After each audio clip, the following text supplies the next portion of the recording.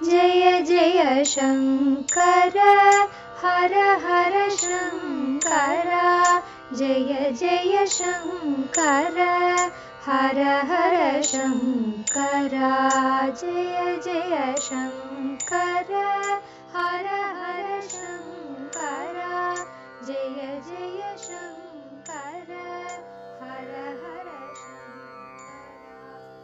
ஸ்ரீ சங்கர சரிதம் தெய்வத்தின் குரல் 5ஆம் பாகம் பதஞ்சலி சரிதம். 17ஆம் நூற்றாண்டு கடைசியில் தஞ்சாவூர் ராஜா ஷாஹஜி வித்வான்களுக்கென்றே தன்னுடைய ராஜ்யத்தில் ஒரு ஊர் இருக்க வேண்டும் என்று ஆசைப்பட்டு திருவிசநல்லூரில் அநேக பண்டிதர்களையும் கவிகளையும் குடியேற்றி யதேஷ்டமாக மானியங்கள் கொடுத்தான். அப்படி மொத்தம் 46 பேருக்கு அந்த கிராமம் சர்வ மானியமாக தரப்பட்டு வித்யா ராஜதானியாக இருந்தது. அவர்களில் ராமபத்ர தீக்ஷிதர் என்பவர் ஒருவர். கவி, பெரியவர், நல்ல ரசிகர்.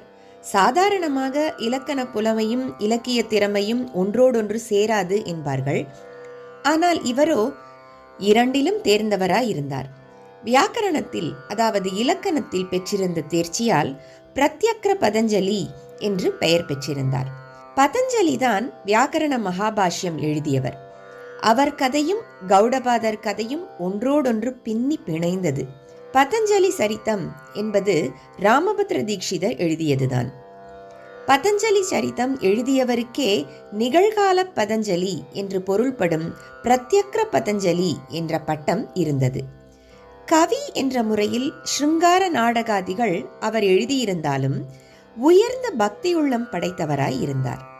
குறிப்பாக ராமச்சந்திரமூர்த்தியிடம் அவருக்கு பரம பக்தி. ஜானகி பரிணயம் என்று அவர் எழுதியிருக்கும் நாடகம் பிரசித்தி வாய்ந்தது.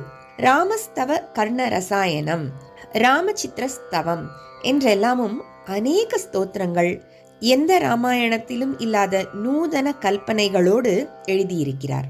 தக்ஷிணத்தில் விசேஷமாக நாடக கிரந்தம் எழுதுபவர்கள் கிடையாது என்று வடக்கத்தி வித்வான்கள் சொல்லி வந்த அபக்யாதியை துடைக்கவே ஜானகி பரிணயம் எழுதி நம்முடைய தென் தேசத்தின் பெருமையை நிலைநாட்டினார் என்று சொல்லப்படுகிறது. நமக்கு விஷயம் அவருடைய பதஞ்சலி சரிதம். 8 சர்க்கங்கள் கொண்ட புஸ்தகம் அது. ராமர் என்று சொன்னவுடன் அவருடன் இணை பிரியாத பக்த சிரோமணியான ஆஞ்சநேய சுவாமியை நினைப்பது போல நடராஜா என்றவுடன் 2 பேர் நினைவு வரும். நடராஜாவின் பிம்பமானாலும் சித்திரமானாலும் எதிலும் அவருக்கு 2 பக்கங்களில் இந்த 2 பேரும் இருப்பார்கள்.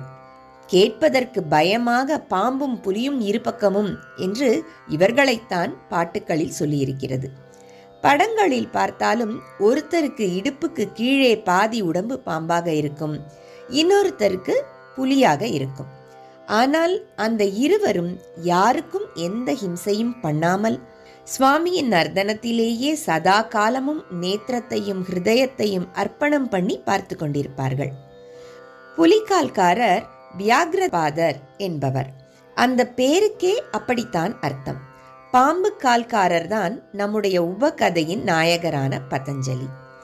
சிதம்பர மகிமையையும் ஸ்ரீமன் நடராஜமூர்த்தியின் மகிமையையும் விளக்குவதாக அந்த திருவிசநல்லூர் பண்டித கவிகளில் இன்னொருத்தரான வேங்கட கிருஷ்ண தீக்ஷிதர் என்பவர் நடேச விஜயம் என்று காவியம் எழுதியிருக்கிறார். அதிலும் பதஞ்சலியை பற்றி ஓரளவு வருகிறது. பதஞ்சலியையே மையமான பாத்திரமாக வைத்து ராமபத்ர தீக்ஷிதர் எழுதியுள்ள பதஞ்சலி சரிதமும் நடேச விஜயமும் அநேக டீட்டெயில்களில், அதாவது விவரங்களில் ஒத்துப்போகின்றன. பதஞ்சலி ஆதிசேஷனின் அவதாரம் என்று அந்த புஸ்தகங்களில் இருக்கிறது. ஆதிசேஷன் மகாவிஷ்ணுவை சேர்ந்தவர். திருப்பார்கடலில் பகவானுக்கு படுக்கையாக இருப்பவர். அந்த பரம வைஷ்ணவர் எப்படி பரம சைவராகி நடராஜாவின் இணை பிரியாத பக்தரானார்? திருப்பார்கடலில் இருந்தவர் ஏன் சிதம்பரத்துக்கு வந்து சேர்ந்தார்? அந்த காரணம் நடேச விஜயத்தில் சுருக்கமாகவும் பதஞ்சலி சரிதத்தில் விரிவாகவும் வருகிறது. மகாவிஷ்ணுவே தான் ஆதிசேஷனை அப்படி அனுப்பி வைத்தது என்று வருகிறது. அப்படியானால் மகாவிஷ்ணுவுக்கும் நடராஜாவுக்கும் என்ன சம்பந்தம்? திருமாலின் இதயத்தில் சிவநடனம். சம்பந்தம் இருப்பது நிச்சயம் என்று சிதம்பரம் கோயிலை பார்த்தாலே தெரிகிறது. அங்கு நடராஜாவின் தரிசன மண்டபத்துக்கு பக்கவாட்டிலேயே பெரிசாக பெருமாள் சந்நிதி இருக்கிறது. கோவிந்தராஜா என்ற பெயரில் அவர் ஆதிசேஷ பர்யங்கத்தில் படுத்து கொண்டிருக்கிறார். ஒரே இடத்தில் நின்றபடி சிவ விஷ்ணுக்கள் இருவரையும் தரிசித்துக் கொண்டு இரட்டிப்பு சந்தோஷத்துடன் அப்பைய தீட்சிதர் மாரமணம் உமாரமணம் என்று ஸ்தோத்தரித்திருக்கிறார். குறிப்பு: ஹரிஹர அபேத ஸ்துதி. மாரமண என்றால் லக்ஷ்மிபதி, உமாரமண என்றால் உமாபதி என்று புரியும். ஆக 2 பேருக்கும் சம்பந்தம் இருப்பது தெரிகிறது. என்ன சம்பந்தம்? ரொம்பவும் நெருங்கின சம்பந்தம். ஹிருதயபூர்வமாக என்றால் அசலே ஹிருதயபூர்வமான சம்பந்தம் அந்த 2 பேருக்கும் தான் இருக்கிறது. எப்படி என்றால், நடராஜா மகாவிஷ்ணுவின் ஹிருதய கமலத்திலேயே நாட்டியம் செய்கிறார். இந்த நாளில் ஆராய்ச்சி என்று செய்பவர்கள் திருவாரூர் தியாகராஜா கோயிலில் நிறைய விஷ்ணு சம்பந்தமான சின்னங்கள் இருக்கின்றன. அதோடு ராஜா என்று வருகிற பெயர்கள் பெரும்பாலும் விஷ்ணுவின் பெயர்களாகத்தான் இருக்கின்றன. ரங்கராஜா, வரதராஜா, கோவிந்தராஜா இப்படி. ஆகையால் அது முதலில் பெருமாள் கோயிலாகத்தான் இருந்திருக்க வேண்டும். அப்புறம் சைவர்களுக்கு ரொம்பவும் ஆதிக்கம் ஏற்பட்ட காலத்தில்தான் அதை சிவன் கோயிலாக மாற்றியிருக்கிறார்கள் என்று சொல்கிறார்கள். இதையே மாற்றி நாச்சியார் கோயிலில் உள்ள பெருமாள் கோயில் விஷயத்தில் அது முதலில் சிவன் கோயிலாக இருந்து அப்புறம் வைஷ்ணவர்களுக்கு ஆதிக்கம் ஏற்பட்ட காலத்தில் விஷ்ணுவாலயமாக மாற்றப்பட்டிருக்க வேண்டும் என்கிறார்கள். இந்த ஆராய்ச்சியெல்லாம் சரியில்லை.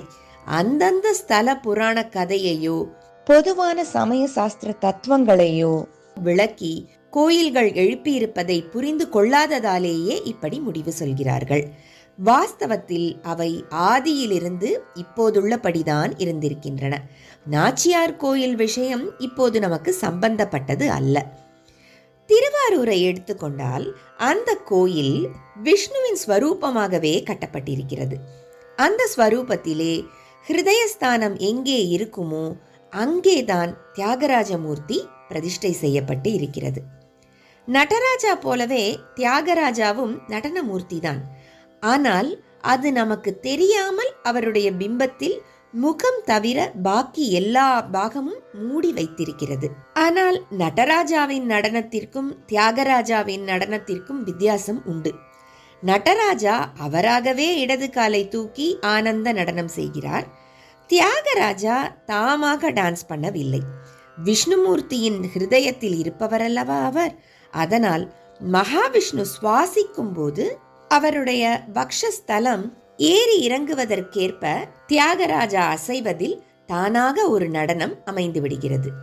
மகாவிஷ்ணுவின் ஹிருதய கமலத்தில் சிவன் நடனமாடுகிறார் என்பதை குறிப்பதாக ஸ்ருதியிலேயே நாராயணோபனிஷத்தில் மந்திரங்கள் இருக்கின்றன. முதலில் நாராயணனே விராட் ஸ்வரூபம், விஸ்வத்தில் உள்ள அத்தனை சிரசுகளும் அத்தனை கண்களும் அவருடையதுதான் என்று ஆரம்பித்து அந்த விராட்டின் ஜீவ ரூபத்தில் தலைகீழான பத்மகோஷம், அதாவது தாமரை முக்கு மாதிரி ஹிருதயம் இருப்பதை சொல்லி அதன் மேல் பாகத்தில் உள்ள தகராகாசம் என்பதில் பரமாத்ம ஸ்வரூபம் விளங்குவதாக வர்ணித்திருக்கிறது.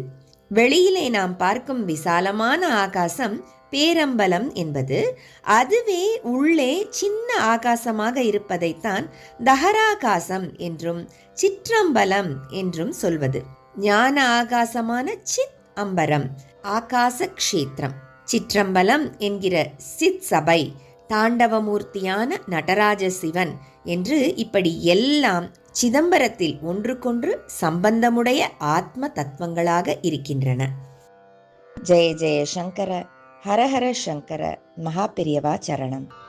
ஜெய ஜெய சங்கர, ஹர ஹர சங்கர, ஜெய ஜெய சங்கர, ஹர ஹர சங்கர, ஜெய ஜெய சங்கர.